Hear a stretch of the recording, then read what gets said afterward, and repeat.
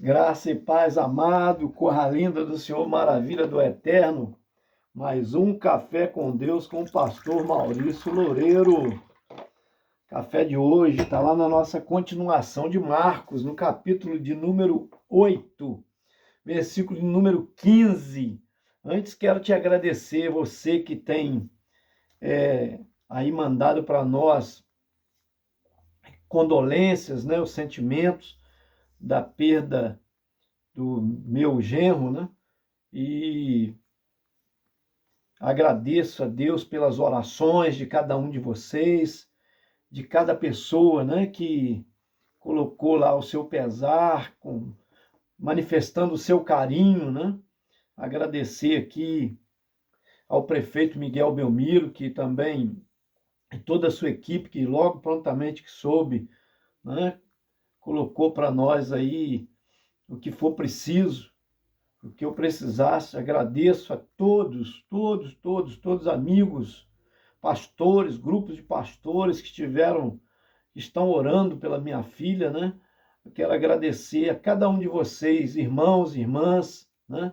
Muito obrigado, meus parentes, minhas primas lá do Rio, né?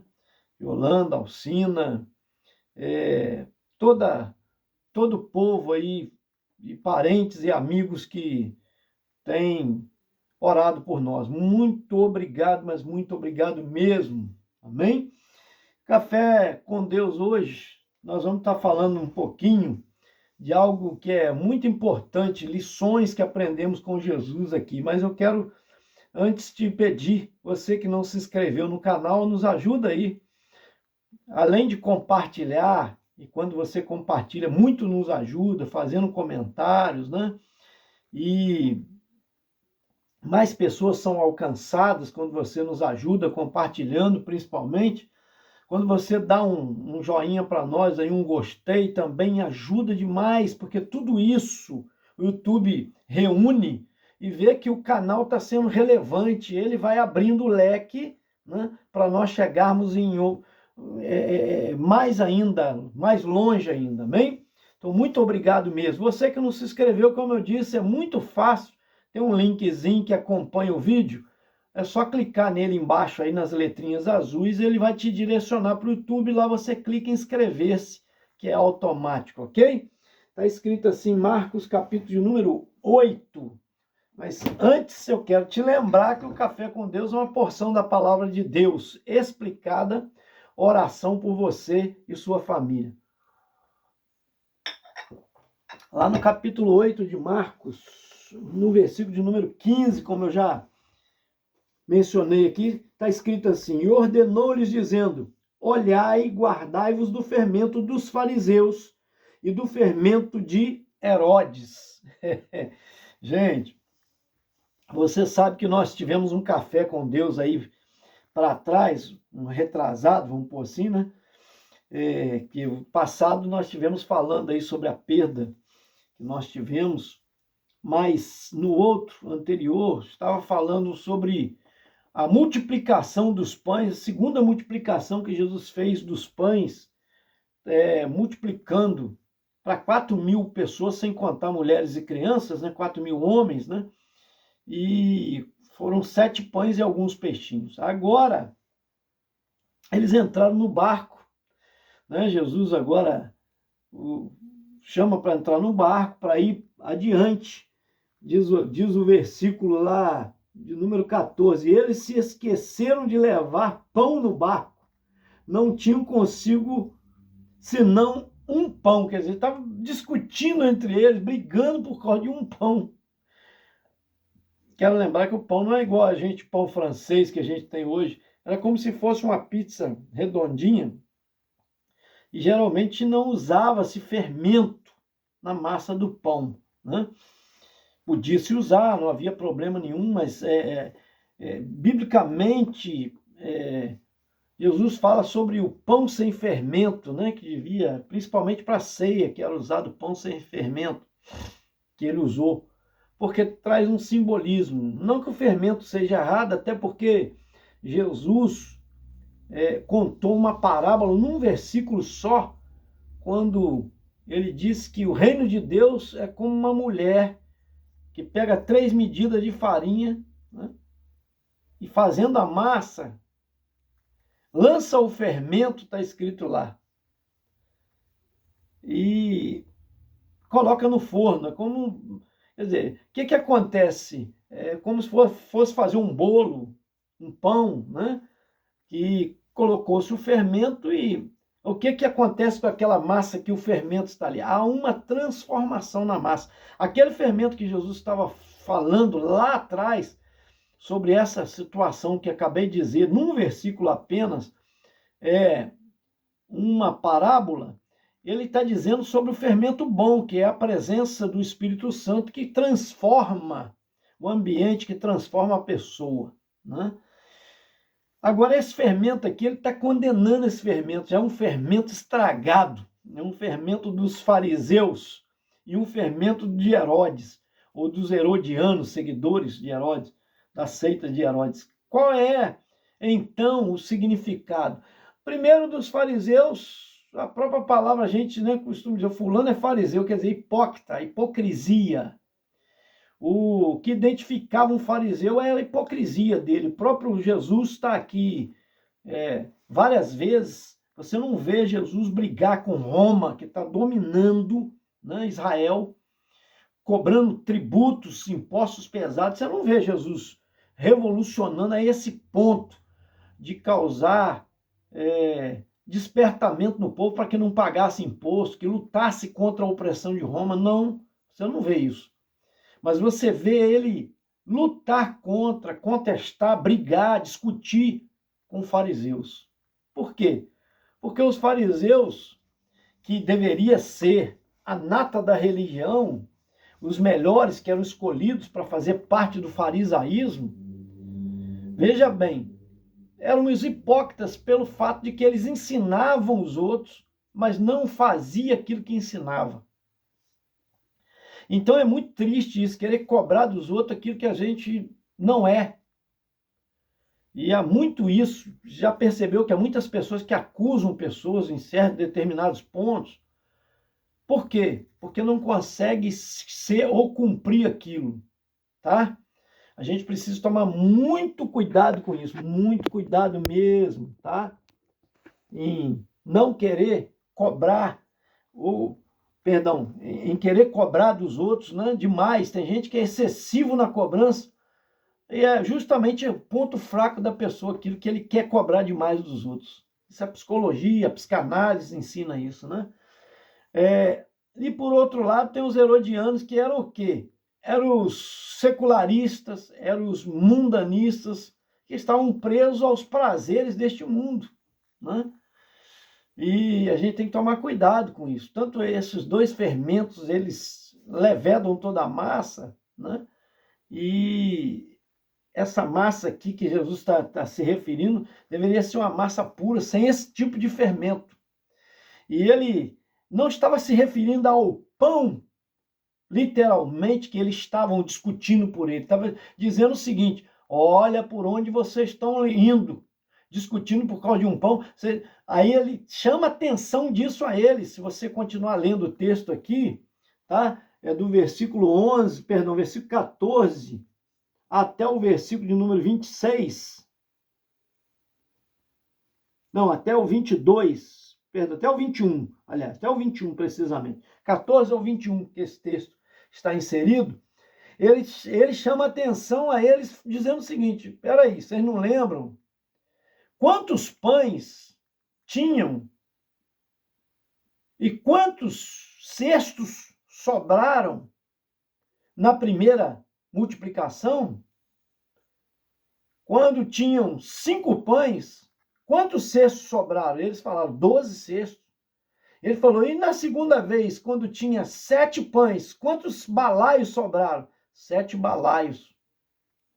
Ora. Deus é poderoso para suprir a necessidade. Esqueceram de levar pão, estavam com fome agora. Em vez de eles compartilharem entre eles, e ninguém ia morrer de fome, está com o Senhor. Nós temos mania disso, irmão. Nós temos que tomar muito cuidado com isso. Nós passamos agora por uma perda e a gente tem que tomar cuidado. que às vezes primeiro a gente começa a procurar quem é culpado daquilo, né? Primeiro a gente às vezes quer nos acusar, nos colocar como culpado. E muitas vezes nós queremos colocar também culpa nos outros. Então são dois ataques que o diabo usa, que Satanás usa, aproveita da situação. Então, vamos pôr assim, o primeiro seria acusar os outros, né? Achar alguém culpado. E, porque você não fez isso, você não fez aquilo, né? Se, às vezes, culpa alguém que estava próximo, que poderia ter socorrido, que poderia ter chegado a tempo. Às vezes, os outros culpam por causa do trabalho. Às vezes, culpa por falta de fazer exercício. Às vezes, culpa pelo socorro que demorou chegar. Às vezes, tantas acusações. E alguns levam a acusação costumam até culpar Deus. Deus é culpado. Por que que ele permitiu isso? Por que que Deus quis fazer isso? A vontade dele foi essa. E a gente tem que tomar muito cuidado com isso, porque, veja bem, primeiro ponto aí de acusação. Primeiro nós temos que lembrar que nós temos que olhar para nós, né? E julgar a nós mesmos, mas não a nos acusar por causa dos outros, né? Já vou falar sobre esse ponto. Mas o primeiro ponto aqui, a acusação é ação de Satanás. Por isso que a gente tem que detectar. Ele que é o acusador. Apocalipse 10 diz que ele nos acusa todos os dias diante do Pai, diante de Deus. Ele vai lá para nos acusar. Ele é acusador. Nós não temos que acusar ninguém, ainda que alguém tivesse culpa, a gente tem que ajudar as pessoas, porque as pessoas falham e nós também falhamos. Mas nós não temos que achar culpado, ficar acusando ninguém por nada, por nenhum incidente na vida, por nenhuma tragédia na vida, por nenhuma consequência na vida. Até porque a Bíblia diz que a calamidade ela vem sobre justos e injustos. O próprio Jesus advertiu isso. Assim como o sol nasce para os justos e injustos, e a chuva cai para os justos e injustos, assim também o dia da calamidade vem. Qual culpa Jó tinha, né? Por perder tudo e até os seus filhos. Você imagina, é trágico perder um filho, né? Quem perdeu é que sabe a dor que é. Mas imagina você ter lá vários caixões, igual o Jó tinha vários filhos, parece que 8, agora me fugiu a memória, colocados aqueles caixões, velando todos aqueles filhos.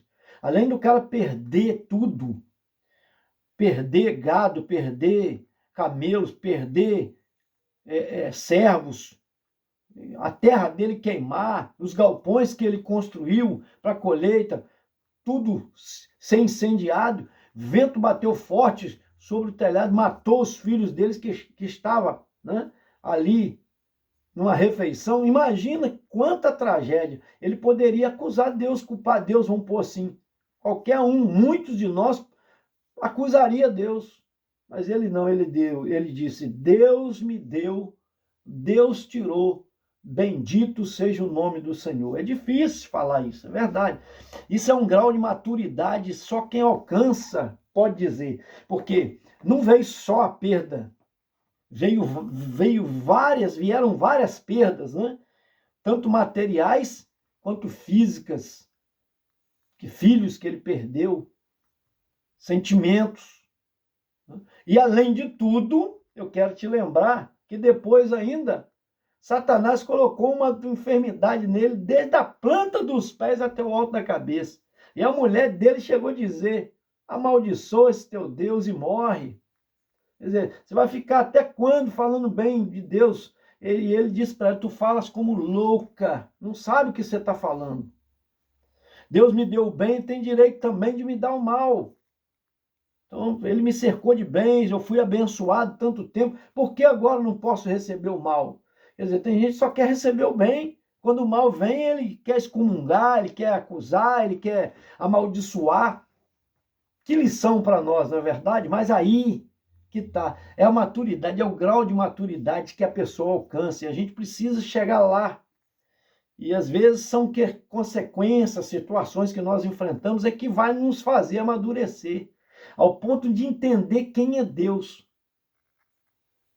Então nós não podemos acusar, até porque Deus, ele não faz mal a ninguém. A Bíblia diz que Deus não faz mal a ninguém. É claro que a gente diz assim, foi a vontade de Deus, mas vontade não foi a vontade absoluta de Deus, foi a vontade permissiva. Porque se Deus quisesse, ele poderia modificar aquela circunstância. Mas não foi ele que colocou o mal, não foi ele que determinou a morte, não foi ele que determinou doenças, não foi ele que determinou tragédias, não foi ele que determinou acidentes sobre vidas de pessoas, doenças, né, incuráveis, não foi ele. É o pecado que entrou no mundo. A culpa disso não é de Deus, é de Satanás. É do homem, da mulher que aceitou que, vamos pôr assim, o argumento da serpente, de Satanás, em colocar em dúvida aquilo que Deus havia dito para eles. Ora, ora, Deus dizia todas as tardes e andava com eles. Eles conheciam bem Deus, dialogavam com Deus. Por que duvidar?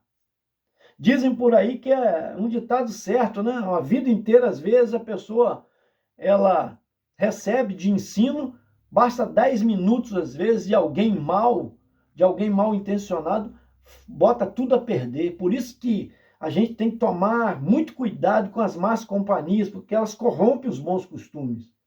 Por isso que a gente tem que procurar andar com gente melhor do que nós, que vai nos dar suporte, que vai ser exemplo para nós, que vai ser bênção na nossa vida. Eu preguei um café com Deus aí para trás, bem para trás aí, falando sobre reis. Falei sobre o primeiro rei de Israel. Quando ele teve um encontro com Deus, ele estava primeiro procurando as jumentas que haviam se perdido do seu pai. E quando ele está desanimado, agora vamos voltar. Aí alguém diz, tem um profeta aqui, profeta Samuel. Deus revela tudo a ele. Ele falou, como que eu vou lá no profeta Samuel? Mas quem disse para ele que tinha aquele profeta lá? O servo que o pai enviou com ele. Porque sabia que na hora necessária ele saberia dar bom conselho. Seria um verdadeiro conselheiro. Aí ele diz, mas como eu vou lá diante do profeta? Porque o certo é ir lá com oferta. Eu não tenho nada, eu não tenho oferta nenhuma. Aí ele disse, teu servo tem aqui, eu trouxe um pouco de prata comigo. O camarada estava preparado para o que der e viesse. Ele não imaginava que ia acontecer aquilo, mas ele foi precavido.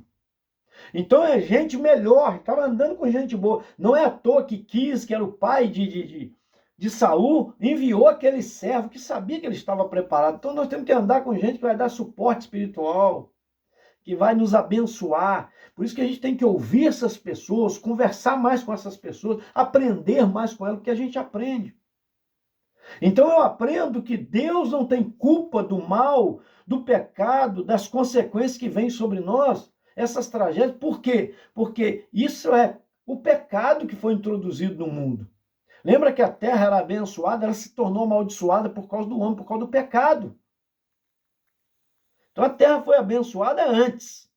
Hoje a terra não é abençoada. A terra foi amaldiçoada por causa do pecado. E por isso que esse mundo está de mal a pior. É o pecado, não é Deus. Ah, Deus esqueceu de nós, Deus não viu, Deus tudo vê. Mas ele permite. É permissão dele, não é vontade absoluta, é vontade permissiva.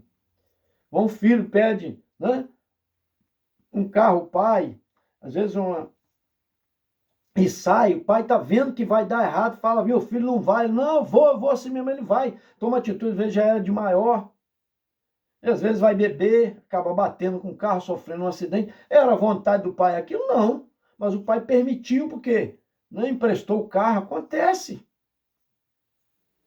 Às vezes para não desagradar o filho, para ver se o filho aprende lições na vida, chega a uma consciência, né, de ouvir, aprender a ouvir os pais que têm mais experiência, e muitas das vezes acontecem tragédias assim. Não foi a vontade do pai, foi a permissão. Então a gente não tem que acusar ninguém. E a outra é o diabo aproveitar nessa situação e nos colocar acusações.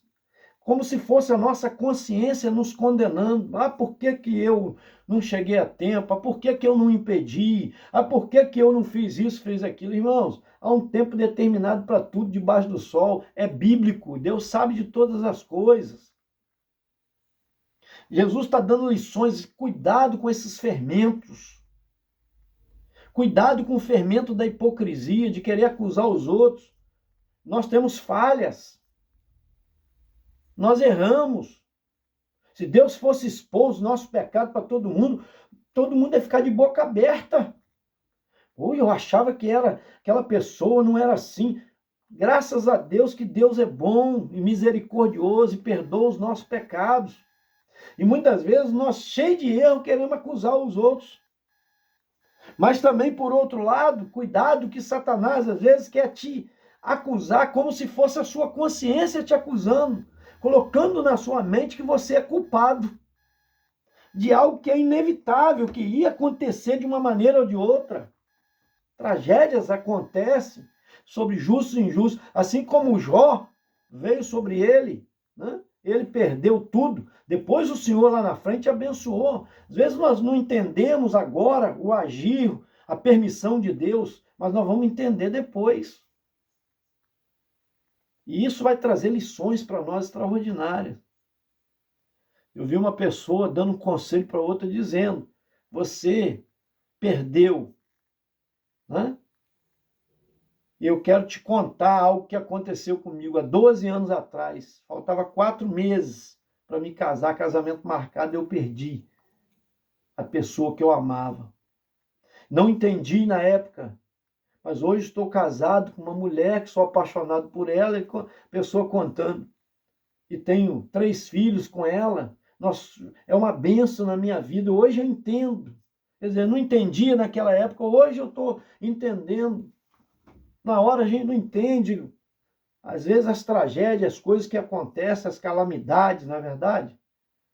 Meus amados, vamos vigiar, cuidado com esses fermentos, tanto do fariseu, quanto dos saduceus também, que tem versão que fala dos saduceus, quanto dos herodianos. Cuidado com esses fermentos.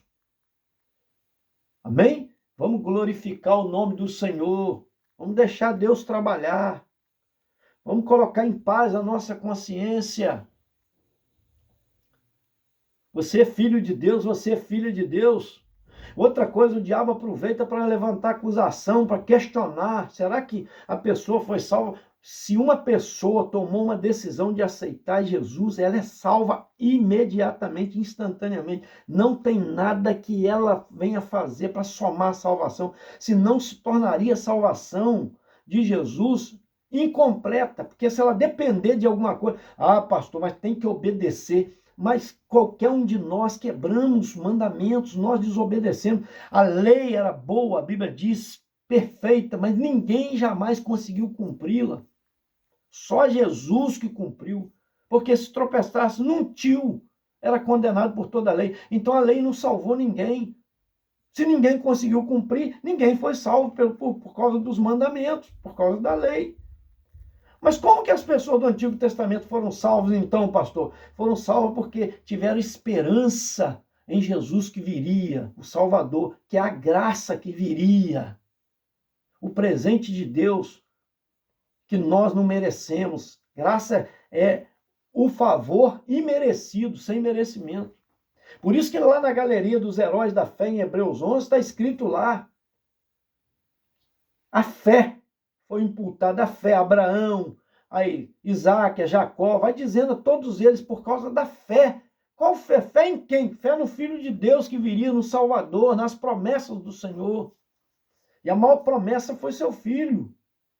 Então foram salvos porque esperavam que Jesus, o Filho de Deus, viria para salvar. E nós hoje, porque acreditamos que ele veio. Toda a Bíblia aponta para Jesus, tanto o Antigo Testamento, que aponta para o Cristo que viria, quanto o Novo, que aponta para o Cristo que veio. Então não tem nada. Mas nós temos que ser fiel, obedecer todos os mandamentos até a morte, senão nós não vamos ser salvos. Não, você já é salvo instantaneamente. Me fala como que o ladrão pôde obedecer o quê naquela cruz? Qual o tempo que teve de ele provar a obediência? ele acreditou e tomou posse. Jesus disse, hoje mesmo estarás comigo no paraíso. Agora, se ele ficasse na terra, ele poderia tropeçar várias vezes. Aí, acidente de percurso, isso acontece com qualquer um de nós. Desobediência, quedas na vida espiritual, mas não perdemos a salvação por isso, porque Deus vê o seu coração, que você tomou atitude para valer, então você é salvo instantaneamente. O resto vai ser a escada, degraus de subida, chamado santificação. Melhorar cada dia. Por isso que a Bíblia diz, sem a santificação ninguém verá o Senhor. Por quê? Porque é gradativo, é pouco a pouco. Mas quem mentia, era um mentiroso, ele ainda vai mentir algumas vezes, vai acontecer. Não que ele vai ser mentiroso igual ele era, mas vez por outra ele vai tropeçar. Quem brigava no passado era de confusão, vez por outra ainda vai, né? Quem era mal pagador, às vezes ainda vai escorregar ainda, tentar melhorar, né? Para começar a pagar os outros e tal, mas vez por outra ele vai cair no erro. Mas ele não vai perder a salvação por causa disso. Eu creio na salvação de toda pessoa que aceitou Jesus. Tem gente que fala assim, quando Jesus vier vai ser uma surpresa, pouca gente vai subir, a maioria não vai. Eu não creio nisso, eu creio que todos vão subir. Ah, mas tem alguém lá que não é de Deus, você já acabou de falar. Ele não era de Deus, até porque no Salmo 1 diz que na congregação do justo, o ímpio não persistirá, não conseguirá ficar, porque ali não é lugar dele. Ele vai se sentir um peixe fora d'água. Está entendendo? Então não precisa. Ele mesmo vai ser tirado dali, expulso dali, porque ali não vai conseguir ficar. Agora quem está ali está lutando por melhorar. E é isso que Deus vê. Então a pessoa é salva instantaneamente, não tenha dúvida. E é outra coisa que o diabo aproveita. Quando alguém parte e confessou que é do Senhor, alguém colocar em dúvida se a pessoa realmente é salva. A pessoa não é salva pelo mérito, é pela decisão que ela tomou. Romanos capítulo 10, versículo 9, versículo 10, confere lá, se com tua boca confessares ao Senhor Jesus, em teu coração creres que Deus ressuscitou dentre os mortos, será salvo, está escrito. Visto com a boca se confessa e com o coração se crê para a salvação. E a Bíblia diz que a salvação é gratuita, é dom gratuito de Deus, não vem das obras para que ninguém se glorie. Então não é o seu esforço, não é, não, eu vou obedecer os mandamentos, eu vou ser salvo. Não, não é por obedecer os mandamentos que você é salvo. Você é salvo porque Jesus morreu na cruz do Calvário, derramou sangue para perdoar. Se não fosse isso, você podia cumprir todo o mandamento que você não ia conseguir. Primeiro que você não ia conseguir cumprir. Que você precisa da ajuda do Espírito Santo, da ajuda de Deus, e você vai tropeçar várias vezes. Certo? Mas o importante é que você está ali. Não, Senhor, eu quero ser fiel. Eu quero ser bênção. Eu quero não errar. Mas você vai errar, mas você vai dizer, eu não quero errar, me ajuda. Aí você vai melhorando a cada dia. É o Espírito Santo fazendo uma obra em você. Uns às vezes largam certos manias mais cedo, outros demoram a largar, mas todos eles estão salvos. Eu creio nisso. Recebe em nome de Jesus. Eu quero orar por você. Pai, em nome do Senhor Jesus, obrigado pelo sacrifício que teu Filho amado, Jesus Cristo, praticou por nós. Deus, derramando o seu sangue, debaixo de tortura, de coroa de espinho, de madeiro pesado, de cravar os pés e as mãos naquela cruz, obrigado, porque a salvação é gratuita para nós, é só crer, tomar posse e lutar, Senhor, claro, em permanecer fiel, servindo, caminhando na tua presença. Vamos ter quedas, vamos tropeçar, vamos. Faz parte da humanidade, do ser humano, da nossa parte humana, porque nós somos falhos, mas com a ajuda do teu Espírito Santo nós vamos levantar e vamos continuar a caminhada e não vamos perder o alvo que é Jesus. Coloco nas tuas mãos o nordeste da Índia, meu Pai, casas incendiadas, perseguição acontecendo. Deus amado, 60 pessoas foram mortas lá, 23 mil já fugiram, deixando as suas casas, mais de 60 igrejas, Senhor, sendo incendiadas. E às vezes alguns falam, a mídia fala, não, é rivalidade entre eles, nada disso, meu Pai, porque Tanto é que as casas ao redor não são incendiadas, não são destruídas. Há uma perseguição implacável contra o cristianismo naquele lugar. Tem misericórdia, Senhor, daquele povo. Deus, traz um despertamento das nações para olhar com carinho isso em nome de Jesus. Traz uma intervenção divina naquele lugar em nome de Jesus. Toma Deolice Valon Moreira, que pede oração também pelo Antônio Martinica, que vai passar por cirurgia no HSS, meu Pai, toma nas tuas mãos. Deus, também a Rosaura Marques, que pede oração pelo bebê Oliver, lá que está ainda internado no hospital, precisa de uma cura, meu Pai, em nome de Jesus. A Íria Silva também, família. A Yolanda Pinho, família. Deus amado, a Ivone Rodrigues da Cruz, que pede também saúde, Pai amado, para ela. E também, ó Deus, que o Senhor abençoe a cirurgia da Lídia no dia 22 de junho. Deus, também toma o Cleiton Rosa e família nas tuas mãos, lá de Campinas Verde, Minas Gerais. O Paulo César dos grupos está sempre curtindo aí, Senhor, nossos vídeos. O Claudinei Silos também, família. Deus, lá de Martinópolis, São Paulo. Carla Balbi Araújo, família. A Leda Ferreira da Silva de Magalhães e família, lá de Campinas, São Paulo. Wesley Duarte Loureiro, meu irmão, também abençoa ele, família. Deus, o João Rosa Vieira Filho, meu tio também, a vida espiritual dele, em nome de Jesus. Amém. Esse foi mais um Café com Deus. Gente, me ajuda aí, senta o dedo, vamos compartilhar.